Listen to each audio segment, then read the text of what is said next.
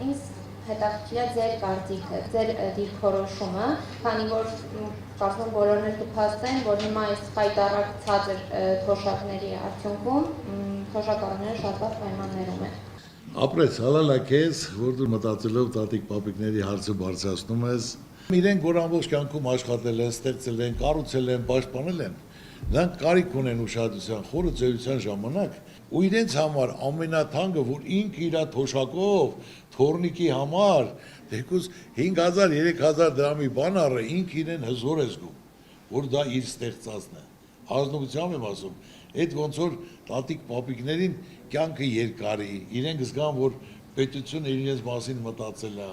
իրենք իրենց գումարով են դա անում, դեմքների ժպիտ է գալիս ու թոշակով առը, թոշակները պարտադիր պետք է բարձրացվեն։ Ես տես ուրիշների պես չես գործի մարդ եմ, չեմ ասում 100,000, 200,000, մեկը հարց պետք է տա այդ 100,000-ը ոնց է լինել, մի հատ ինձ բացատրի ես հասկանամ, ասես շատ հասարակա, ձեզ էլ ասեմ, որ իմանաք։ Հիմնական ցանկացած գումար աշխատավարձ բարձրացնելու համար պետք է տնտեսական աճ լինի։ Տնտեսական աճի ժամանակ հարկավոր է պայմանավորություն ստեղծել, արտոնություն տալ աշխատողին, կառուցողին, շինարարին, գյուղացուն, որ ավելի շատ շրջանառություն լինի, ավելի շատ գումար մնա։ Մեր 2% տնտեսական աճը 24-ից 25 միլիարդ է։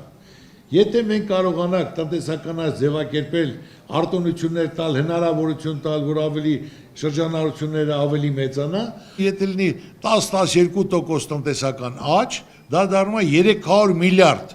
որ 300 միլիարդը կարած լիարժեք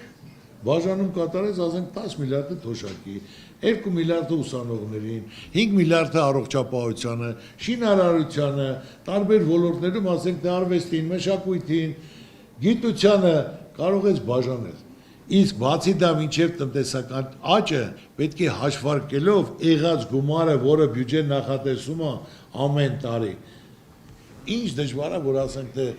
տատիկ պապիկների թոշակը 5000 դրամ ամեն տարի 3000 դրամ ավելացնեն, որ գոնե մտածեն այդ մարդիկ, որ պետության վիճակը ծանր է, տնտեսական, ասենք ճգնաժամ ա եղել, համաճարակ ա եղել, պատերազմ ա եղել, բայց մենք ձեզ չենք մոռանում, ձեզ ցավը տանեմ, ձեզ հարգում սիրում ենք, դուք մեր մեծերն եք, դες մենք ձեզ չենք մոռացել, այսքան ավելացրել ենք, մյուս տարի այսքան ավելացրել ենք։ Միշտ մեծին պետք է հարգես, մեծի մասին մտածես, որ նրանք արել, դրել, ստեղծել են, պաշտպանել են, լուսաշխարհ են բերել իրենց բալիկներին, իրենց թորնիկներին, կարիք ունեն ուշադրության եւ վերաբերմունքի։ Սա հիմնական մոտեցումն է։